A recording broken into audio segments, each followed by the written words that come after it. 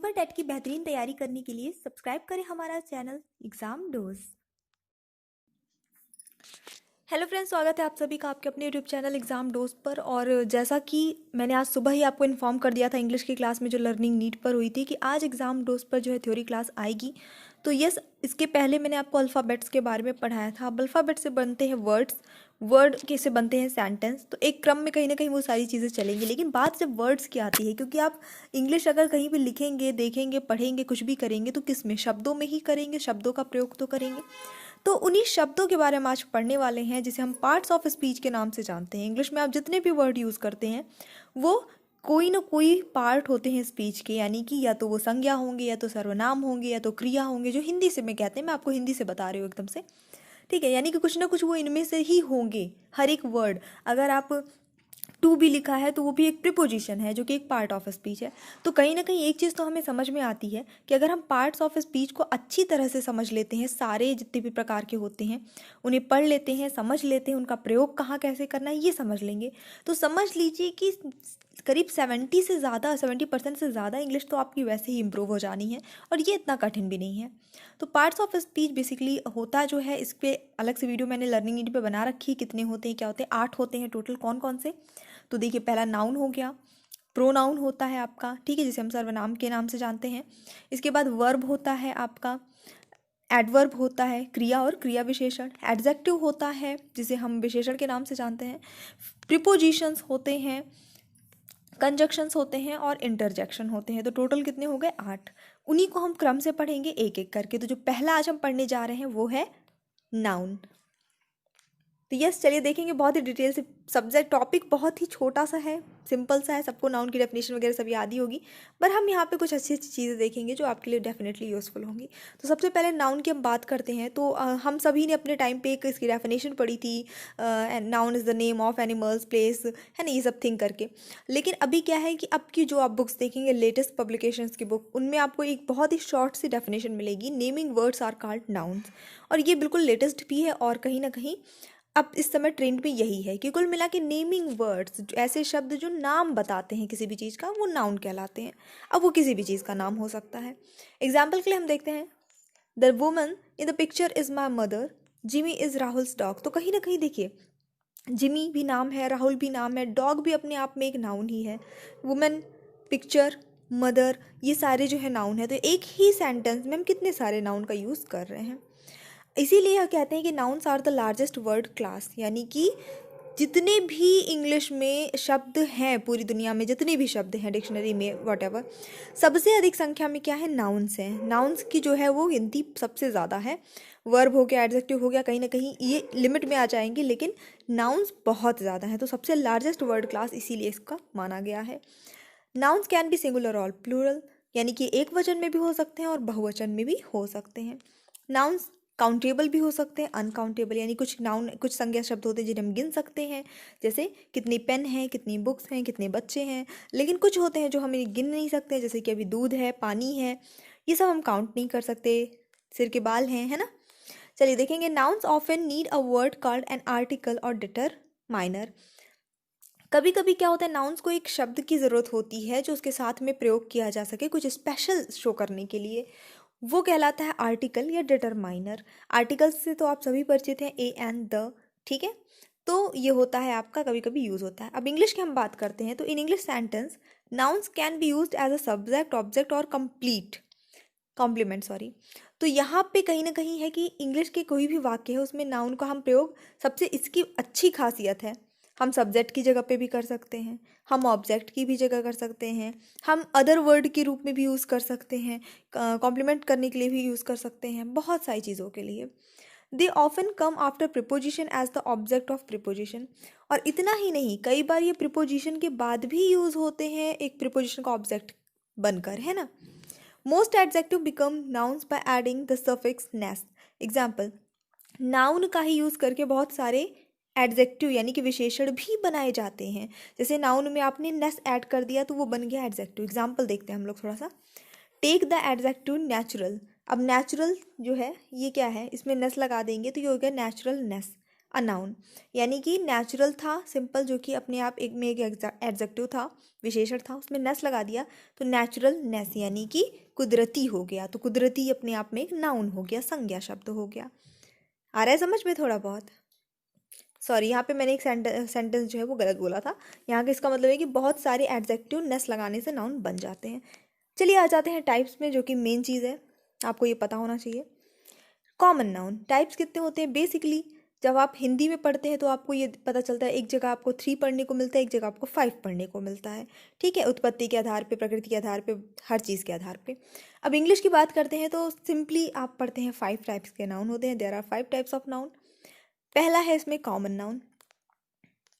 ठीक है, common noun जिसे आप कहते हैं हिंदी में जातिवाचक संज्ञा। अब जातिवाचक संज्ञा तो सभी ने पढ़ी है कि जनरल चीज़ों का जब नाम बोला जाता है, कोई स्पेसिफिक नहीं है, कोई स्पेशल चीज़ नहीं है, जनरल एक वे में बोला जा रहा है, तो वो कॉमन नाउन हो गया। जैसे बोलते हैं गर्ल, कंट्री, रिवर, जैसे शहर है, कौन सा शहर है, नहीं स्पेशल नहीं बता रहे हैं कि कौन सा शहर है, वो लड़की है।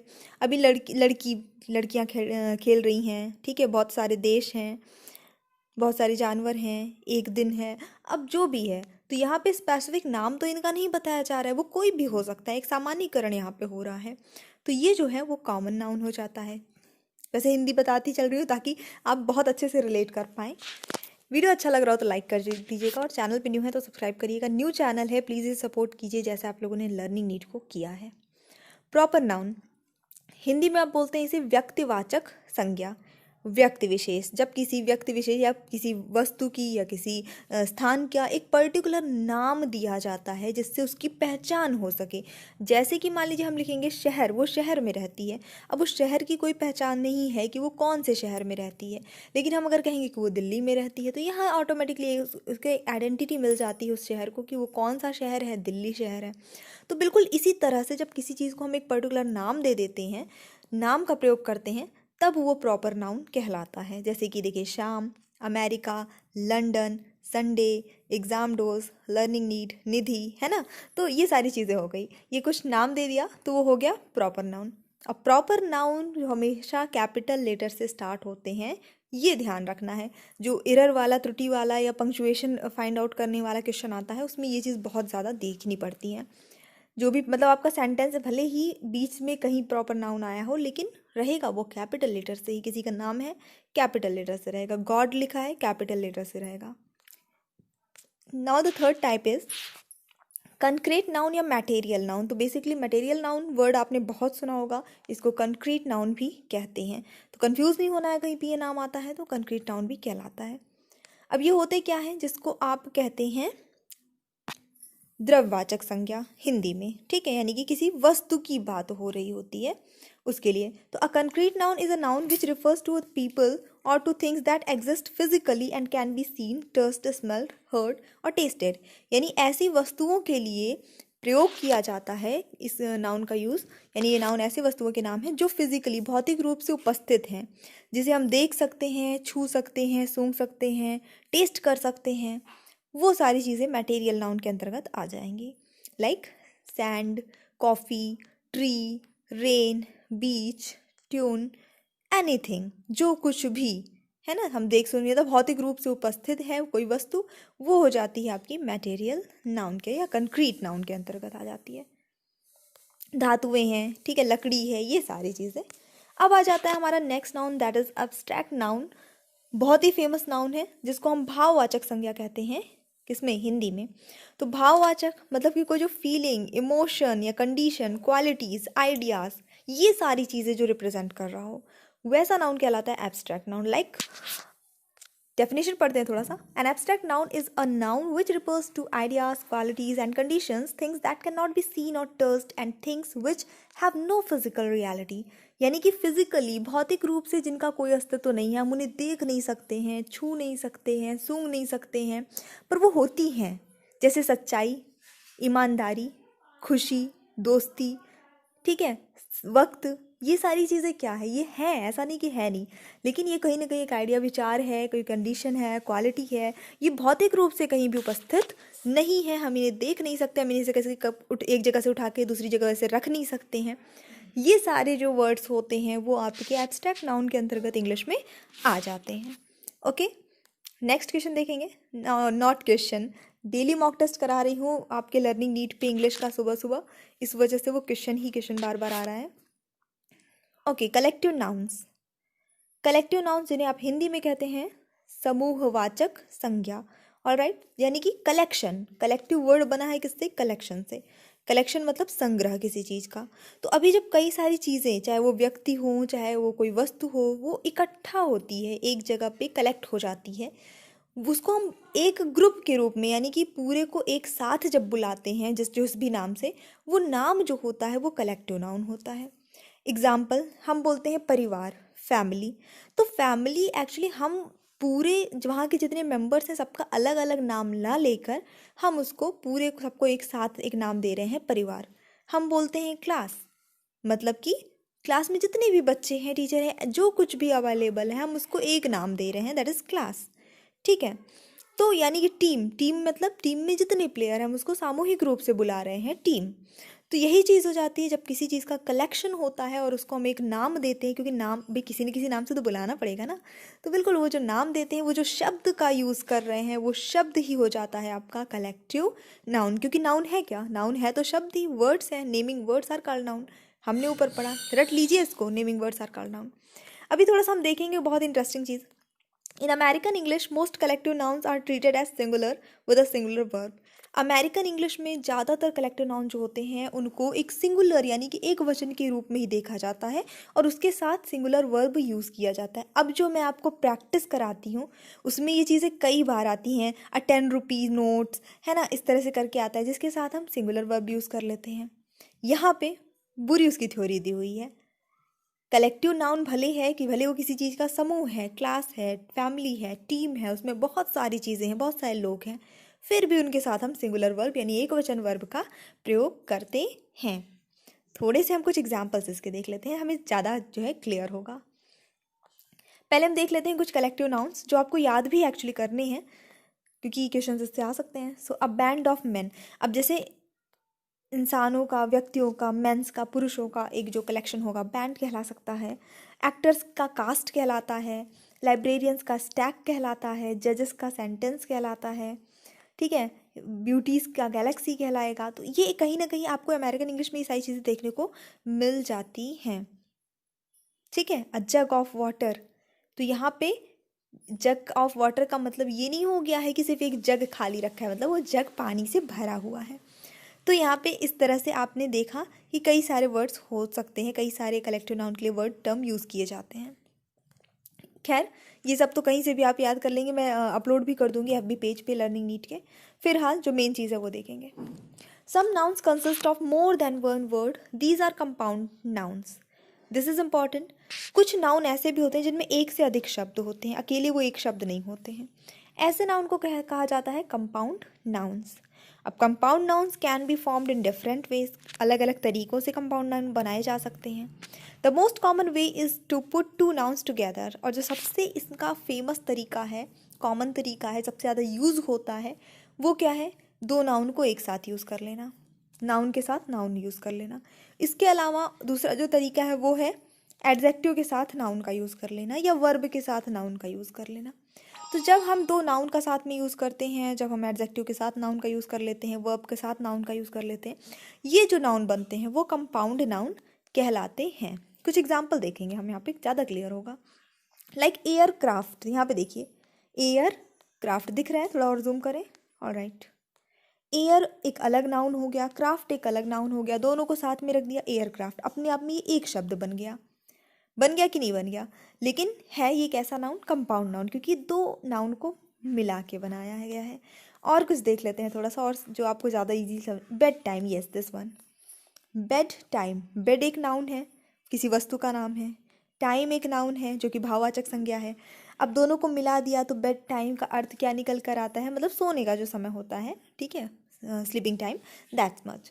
तो कहीं ना कहीं ये कंपाउंड नाउन हो जाता है। तो ऐसे बहुत सारे आपको नाउन मिलेंगे, ये सब कुछ मैं प्रोवाइड कराऊंगी ही आपको। अब आ जाते हैं एक्सरसाइज पे। आपको पहचानना है किस टाइप के नाउन है, यही आज आपके लिए आज का वर्क है। और फटाफट से बताइए सीमा कैसा नाउन है? 2 मिनट के अंदर गेस करिए फटाफट से, अभी पढ़ा है सब कुछ, बताऊंगी मैं, अभी बता रही हूँ।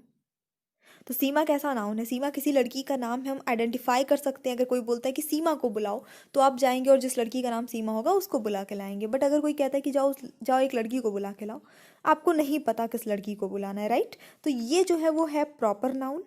अमेरिका, अगेन एक स्पेसिफिक नेम है, तो ये भी प्रॉपर नाउन ही हुआ। ऑनेस्टी, ईमानदारी है लेकिन ये दिखती नहीं है, ये हम इसे टच नहीं कर सकते, हम इसे छू नहीं सकते, देख नहीं सकते, वैसे मतलब फिजिकली नहीं देख सकते हैं, और व्यवहार में तो ये दिखती है। तो ये जो है आपकी भाववाचक संज्ञा यानी कि एब्स्ट्रैक्ट नाउन हो गया। बर्ड, चिड़िया। चिड़िया कौन सी चिड़िया नहीं पता, तो ये कॉमन नाउन हो गई। वुड, लकड़ी। मटेरियल नाउन या कैंक्रीट नाउन जिसे आप कह सकते हैं। कर्ड, दही, ये भी मटेरियल नाउन में आ जाएगा। गैलेक्सी, सितारों की होती है गैलेक्सी। आकाशगंगा जिसे आप कहते हैं। ग्रह, प्लैनेट्स, बहुत सारी चीज़ें उसमें होती हैं, सोलर सिस्टम सब कुछ होता है। तो ये क्या हो गया?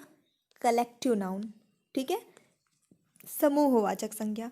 मार्च, ये मार्च देखिए, मार्च दो होता है, एक तो वर्ब होता है ना, मार्च करना, चलना, वो कदम ताल करके, और एक होता है नाउन जो कि हम नाउन पढ़ रहे हैं। तो ये एक महीने का नाम है मार्च, जो कि अब लगने वाला है, तो ये क्या हो गया? प्रॉपर नाउन, क्योंकि पर्टिकुलर नाम है। टीम, अगेन कलेक्टिव नाउन, समूहवाचक। रेन, बारिश, कॉमन नाउन में आ जाएगा। ट्यूसडे, एक पर्टिकुलर दिन है, तो ये हो जाएगा आपका क्या? Proper noun. तो छोटा सा सेशन था ये हमारा, और हमें उम्मीद है कि आपको पसंद आया होगा। पसंद आया है लाइक करिए, शेयर करिए, सब्सक्राइब करिए। क्लासेस यहाँ पे डिले कर करके ज़रूर चल पाती हैं, लेकिन चलेंगी ज़रूर। आपको थ्योरी यहाँ पे कंप्लीट ज़रूर कराई जाएगी। बाकी इंग्लिश की प्रैक्टिस आपको लर्निंग नीड पे रेगुलर कराई जा रही है। यहाँ पे जीके और करंट अफेयर्स की क्लासेस चल रही हैं, जो कि बहुत ही ज़्यादा इसमें मैं देख रही हूँ कि इंपॉर्टेंट टॉपिक आ रहे हैं। तो यस, चैनल को सब्सक्राइब कर लीजिए और क्लास एक भी मिस मत किया करिए। So thanks for watching, keep staring and bye bye.